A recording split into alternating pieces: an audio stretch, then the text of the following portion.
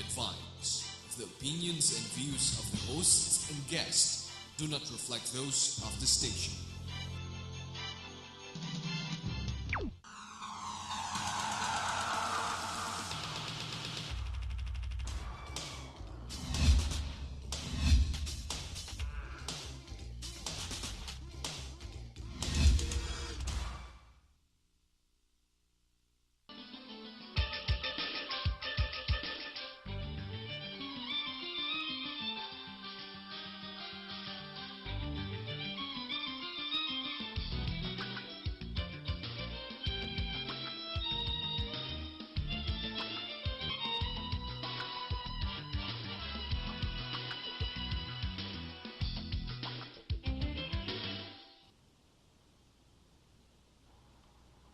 Magandang umaga po sa inyo lahat. Welcome to our show, Usapang Kalusugan. I'm your host, Ray Orosa. I hope that we will enjoy and you will enjoy the next hour.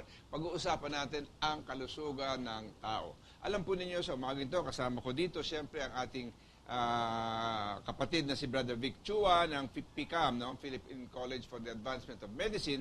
And today we have a special guest. Isang doktor, no? Graduate talaga ng medical school ito. Kanya lang ang tawag niya sa kanyang sarili ngayon, he is an integrative medicine specialist. Ibig sabihin, tinina niya ang maraming paraan ng pagpapagaling ng kalagayan na hindi maganda ng tao at pinagsasama-sama niya ito kung kailangan in order to provide true healing. Alam po ninyo kasi dealing with symptoms alone does not necessarily heal the person. Siya po dati na rin nating bisita dito at kanya tuwan-tuwa tayo na kapag siya nakapagbigay ng panahon para makapiling tayo dito at mapag-usapan natin ang mga kalagayan na hindi masyadong maganda at paano ngayon ibinumbalik ang ating magandang kalusugan. So, welcome Dr. Roger. Thank you again for being with us. Magandang umaga po. Magandang umaga. Alright. Alam po ninyo sa umagang ito, sanang Brother Vic, ang gusto nating mangyari, pag-usapan naman natin ngayon ang mga karamdaman ng mga kalalakihan. Dati sa atin, female, no?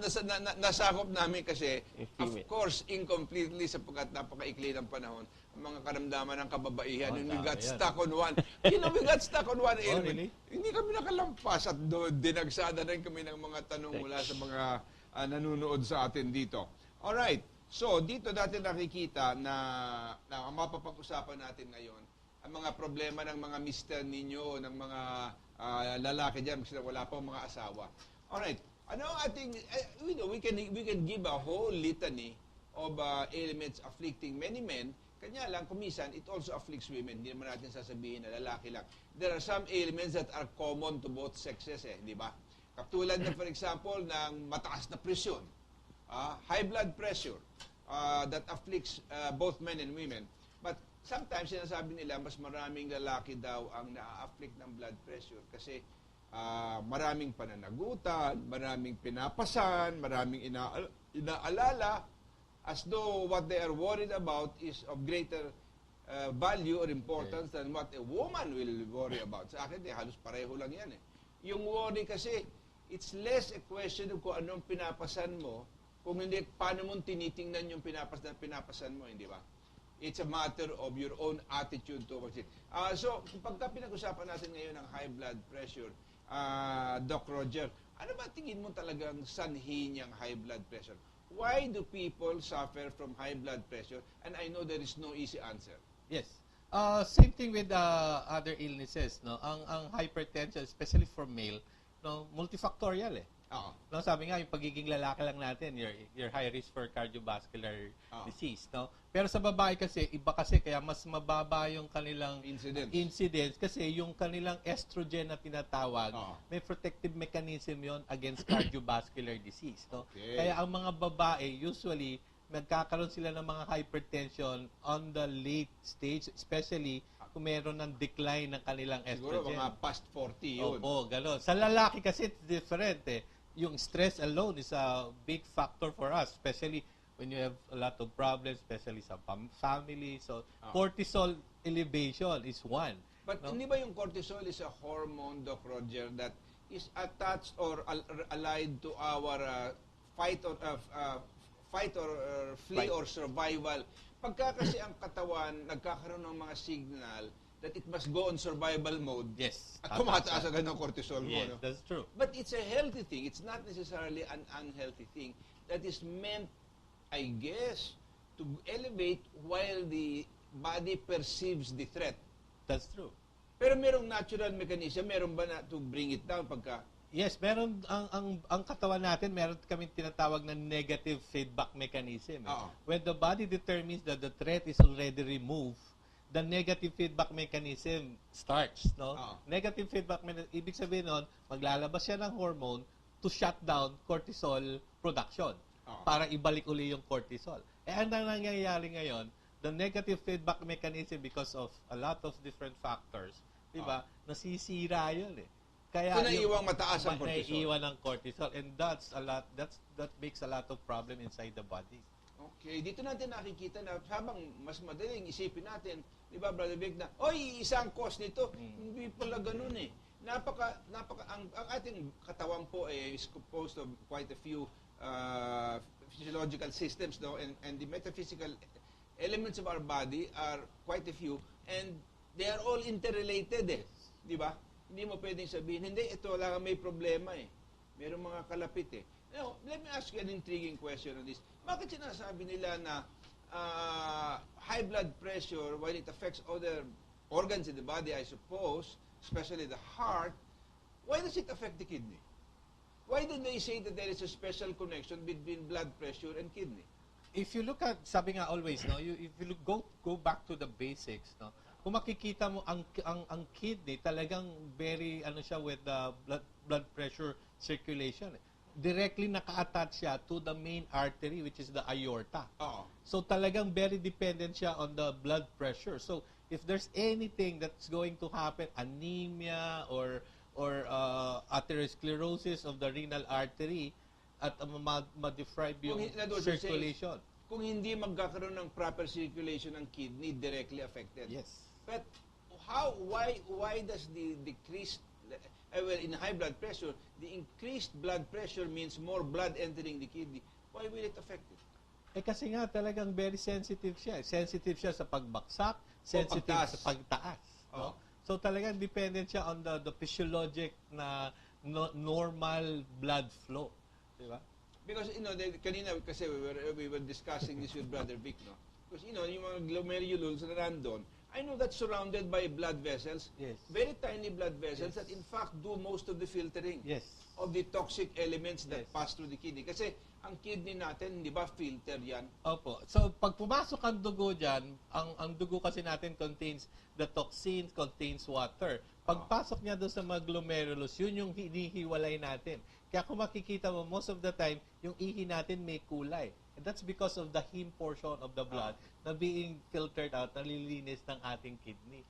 So, yun po yun. So, ang kidney mo is really dependent on the blood. On the quality of the blood coming in. Quality of blood that goes and the pressure that it produces. Yes. Although, hindi ba ang liver ang principal filter ng dugo? Ang liver, ang function niya is also detoxification. So, Of everything blood. that goes inside the body through the skin, inhalation, should be filtered out first by the liver. Then before distribution to the general circulation. Pagdating naman sa general circulation yan, hindi na yung papass through back to the liver. It has to be filtered out sa kidney, doon naman ang ikot niya. So, pero kung ang kidney mo is directly connected to the aorta, which goes directly to the heart, hindi na dumadaan muna ng kidney yan.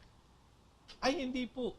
Kasi part of the circulation ng katawan, iikot lahat yan doon sa kidney. Eventually. Even if it goes directly, not initially passed through the renal artery, it has to go through the circulation. But eventually, it will end up in the liver for filtration of the different toxins na kailangan niyang excrete. Kung ang high blood pressure kung ganun ay umaapekto sa kidney, shall we say that, is it possible to say na ang liver is not doing an efficient job of filtration? No, sometimes the liver kasi is overwhelmed because of all the toxin, tapos may mga fatty liver siya. So, hindi na siya 100% efficient to filter out all the things na dapat pagdaan sa kanya. Medyo, sabihin natin, maliit na porsyento na lang of the toxin are inside. Tsaka also kasi, there's a byproduct no, ng mga different tissue reaction mo that causes toxin release, no? So ito yung hindi pa dumadaan sa liver mo. So the kidney is the one who's going to do the job for that. Okay. So dito natin nakikita, Brother Vic and Doc Roger, kung paano dikit-dikit pala lahat ng mga organs natin, no? So pagka may high blood pressure ka, tatamaan ang puso mo, tatamaan ang circulation system mo, tatamaan ang kidney mo, naaapekto pati liver mo. At saka, for example, pagka may diferensya sa high blood pressure, bakit, for example, ang nangyayari dito, madalas nagkakaroon ng edema o pamamaga ng mga paa, ng binti. Bakit ganun? Ang edema kasi, sometimes we look at it, edema, nasabi nila the body is retaining water. And that's true, no? Kasi nga, the body, meron talaga siyang, sabi mo nga, yung survival mode eh. When the body detects na you're not putting enough water, di ba? The body will retain water. Kasi alam niya, kulang yung pumapasok. And one of the mechanisms to support life is magre-retain siya ng water. And ito yung hihigupin niya yung from the inside the cell, ilalabas niya extracellularly. So ito yung sometimes nagkakos ng edema. So edema is not necessarily caused by yung too much water. No, sometimes it is not enough water. Or alternatively, it's simply a testimony to poor circulation because siguro ang lifestyle ng lalaki is very sedentary. Opo. So there are quite a few factors that may result in edema of the extremities, sa mga binti, di ba? Kaya minsan nagtataka kami, no? Nung before, I was really pag nakakita kami ng edema, automatically, unang isipin mo, maraming tubig. So automatically, we give diuretics, di ba? Kasi para to pull out, to release more water. Sometimes, hindi gano'n ang mechanism. Yung pala, kulang na siya ng tubig. So, pag binigyan mo ng diuretics, magtataka ka, ayaw maalis ang edema. Kasi when you give diuretics, ang tendency is to release more water through the urine. Di ba? So, and the body will resist then the diuretic effect. Yes. Kaya ayaw maalis yung edema. Okay. Let's go back a little bit to high blood pressure. Sapagkat napakadami siguro mga lalaki na talagang tumataas ang presyon. Alam mo, as a matter of fact, one of the people working with me one day, nagkasakit na absent. Kanya lang babae ito. Bakit? Ang blood pressure daw niya, 220 over 180. Wow. Tako, Diyos ko, napakataas, no? I mean, ang problema dito is bakit ganun na hindi makontrola? Because mukhang dumadating sa punto na kung sobra ang kakulangan ng iyong pag-aaruga sa iyong katawan, para bagang nagiging permanent condition ng high blood pressure. Totoo ba yun na gano'n na hindi na maibalik ng katawan to normalcy? Yes, kasi katulad sa atin lalaki, no? Sabi nga natin, akala natin yung mga hormones natin, most of the time, ito yung napapabayaan natin. Sa atin lalaki, pag the age natin ng 30, sabi nila that 1% you lose testosterone 1% every year. So by the time you get the age of 40, you lose about 10% of your testosterone production. So kung pababayaan mo ito ng pababayaan mo, testosterone is one reason bakit tumataas ang blood pressure. Kakulangan. Kakulangan ng testosterone natin. Sa atin lalaki, sometimes hindi natin ito napapansin. Akala natin yung pagiging less energy natin, yung wala tayong minsan magandang erection. Akala natin due to the age, no? Pero hindi. It's because physiologically, yung testosterone natin nagdi-decline siya. So, unless na i-correct mo to, hindi mo talaga makikita yung mga gusto mong pagbaba ng blood pressure, yung nawawalan ng enerhiya, yung nawawalan ng sexual drive. And these are all factors that affect basically all organ system. Hindi lang yung circulation mo, but also yung kidney, ang dami. And of course, the other problem that is created by that, Brother Vic, di ba yung wala ka namang ehersisyo, ikaw yung nakaupo lang dyan, wala kang ginawa, trabaho. Exercise is one thing that really increases testosterone natin. Kaya tayo as well as other beneficial results for the body. Yung bang sabi nga nila, maski na pag nag-exercise ka daw, lagay mo na maski na media oras lang sa umaga, ang epekto 8 to 10 hours later andun pa. At saka unang nangyayari siguro doon is nag-i-improve ang circulation ng dugo sa katawan mo, no? So that means ngayon nabibigyan ng enough blood supply to every organ system. Lahat ng organ system mo, hindi lang selective organs. Pangalawa, pag-improve ng circulation, hindi nag-accumulate ang fluid. Yes. Right. Tuloy-tuloy circulation. Kasi tuloy-tuloy ang circulation. So, maybe, alam niyo ito, dapat kumakain sila rin ng mga pagkain that helps improve circulation. Of course. Di ba? So, everything should be in balance kung titignan mo nga ata. It's not all about prescription drug intake eh. So, everything should be in balance when you manage your patients talaga po. Ang kanya lang ang problema kasi sa karamihan po sa atin, wag po kayo magagalit. Alam niyo kung anong problema? Manap tayo ng silver bullet. Basta ininom ko ito, tanggal lahat ang aking karamdaman. Oops! Tingnan mo muna kung ano ang sanhi ng iyong karamdaman. Bakit ka nalagay sa ganoong kalagayan at yung pagbalik para ibalik ang kabuuan ng kalusugan mo, hindi lang tanggalin yung simptoma. Katulad ba ng sakit ng ulo ko? Inom ng aspirina, nawala ang sakit ng ulo ko. Kinabukasan, balik naman yung sakit ng ulo. Bakit? Hindi tinitingnan kung bakit sumasakit ang ulo at anong rason. You know, Brother Ramon, some time ago, yung sinasabi natin, yung circulation, may isang very young individual, siguro mga 21-year-old, sabi niya, irregular ang kanyang menstruation. So sabi ko, first and foremost, kailangan importante yung circulation mo. And then, I remember one time, it was published in the newspaper, they unearthed a Chinese traditional exercise. Yung nakikita natin na yung nagsiswing sila. So why don't you try it, no? So try it as often as possible. After 2 weeks, sinabi sa akin, it improves. I was able to move. I was able to yung menstruation was able to calm, and then later on I found out naging normal. Fantastic. So yung ibig sabihin ng kanina pinag-usapan na yung circulation brings about what? Delivery and also a discharge of all of those toxins. Kasi meron mga kailangan ilabas, pero pag meron din kailangan ipasok, kailangan mabalanse po yun. Ay, pumapasok na ating mga text from 0928-134-4819. Good AM, Doc. Mahina po sperm count ko. Ano po ba dapat kainin para tumaas sperm count ko? Thanks po. This is a call from Cagayan de Oro. But please give us your name. Sige, Okay. Doc.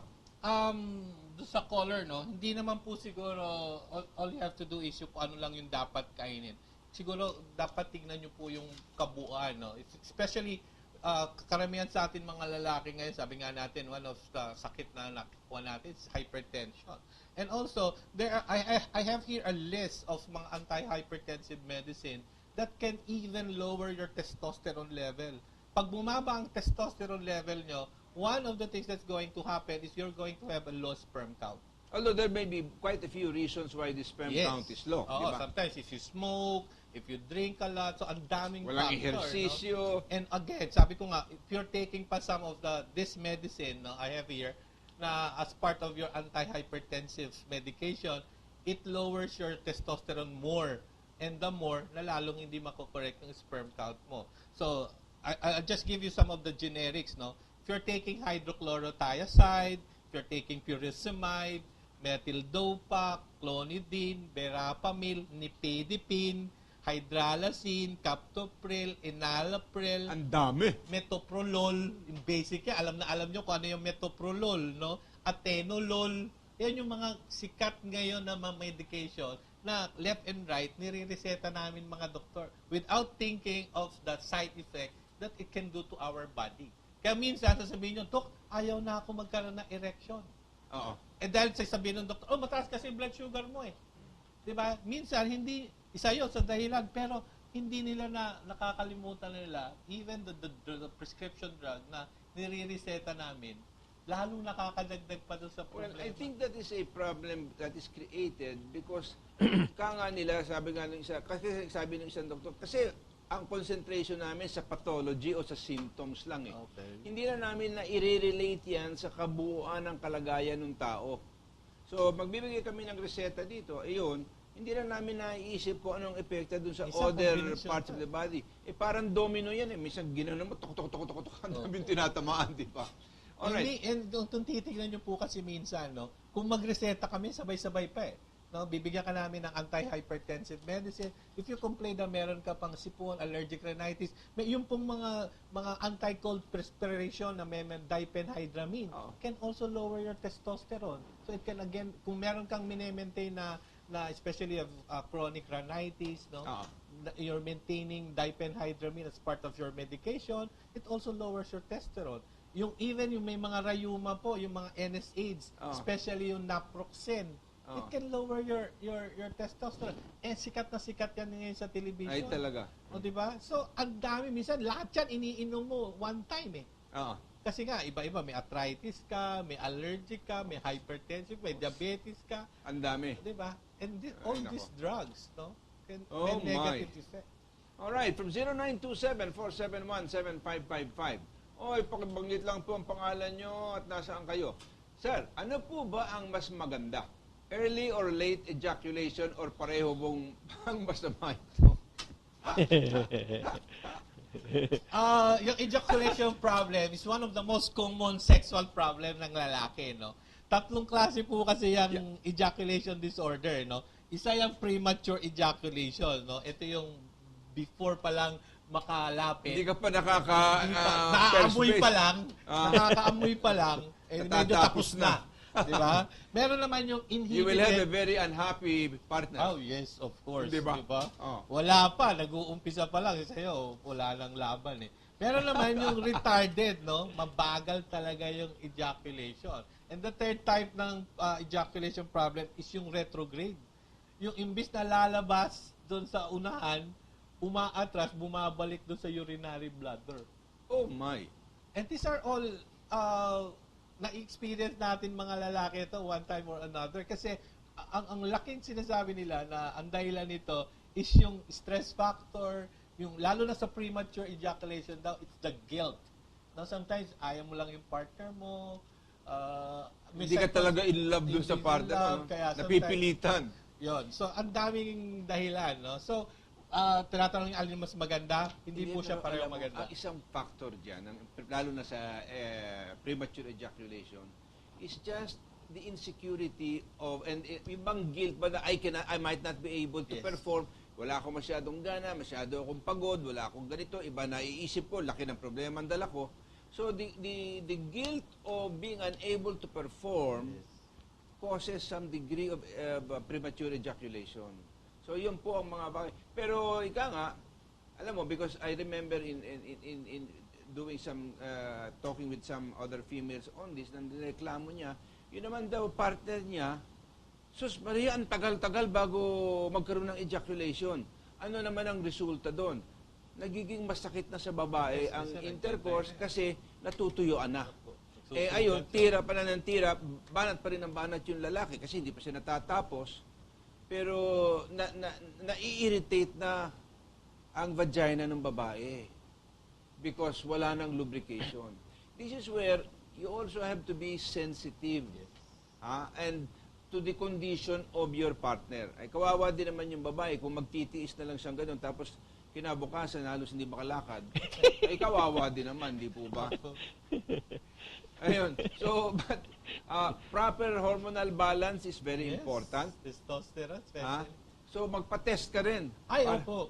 Nate-test na po kasi. Kaya ako, I have a patients na who have problem with cardiovascular na hindi namin makorek, pwede na po kasi i-request yan, pero hindi, it's a special test na sometimes yung mga doctors, they don't do it unless they, wala silang idea of what to do, no? Natetest na po yung serum testosterone.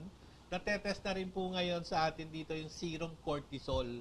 And these are two things na talagang very important, no? Kasi when you have mataas yung elevated ang serum cortisol mo, pwedeng bumaba yung testosterone mo. They're interrelated kasi. Kasi they have the same pathway, no? Dun sa production ng ng hormones and this mga steroid, we call it steroid hormone inside, no?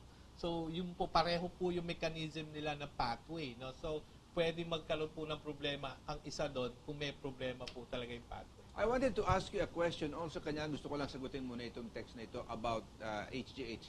0905-237-0272. Good AM po. Wala na naman kayong pangalan, pakibanggit lang po ang pangalan kung saan kayo galing. Ano kaya ang cause ng erectile dysfunction? Normal ba yun sa age 58 at ano po kaya gamot o pagkain para makatulong? Okay po ba hormone replacement? Thanks po. Ako, I don't use hormone replacement, no? Kasi the problem with hormone replacement, meron naman, kasi nga po, it puts you to high risk for prostate cancer and also cardiovascular disease. Ang hormone replacement. Hormone Especially if it is not bioidentical with the body. Kung ang ginagamit na hormones doon ay galing sa kabayo, galing sa ganito, hindi rin maganda. Sa 58, that's normal, abnormal. No? Ano po ibig sabihin no? Meron po kasi tayo talaga sa katawan natin, yung testosterone hormone. Sabi nga po natin, as part of the aging process, nangyayari dito, nagdi-decline. So all you have to do is do a lot of exercise, may mga food po na that can increase the testosterone level naturally. No, ito po yung ginagamit and there's also mga natural supplements now available in the market, no. Ang isang nakikita namin pinakamaganda ngayon is I'll mention lang the generic is the YTE na tinatawag, no. And also meron din po yung mga luma ng medication, yung L-arginine, yung yung tribulus tetritis, no? These are natural testosterone production. L-arginine is a controversial thing in the sense that habang ito nag-i-increase ng production ng nitric oxide especially, kasi yung nitric oxide po ang kailangan na mag-increase so that you dilate the blood vessels in the sexual organ of the man to contain more blood so that it can then have a stronger or a firmer erection. But it also seems to have an effect on viruses that reside at the base of the coccyx. Like, for example, yung mga smallpox viruses. So, at saka yung measles viruses. So, nai-stimulate yun. So, pagka sobrang take mo nung L-arginine, yun ang nagiging side effect. Pero hindi masyadong nababanggit First time. Pero it apparently also happens. Kanya lang, bago po tayo magpatuloy, we have some reminders, huwag po kayo mawawala. We will be right back.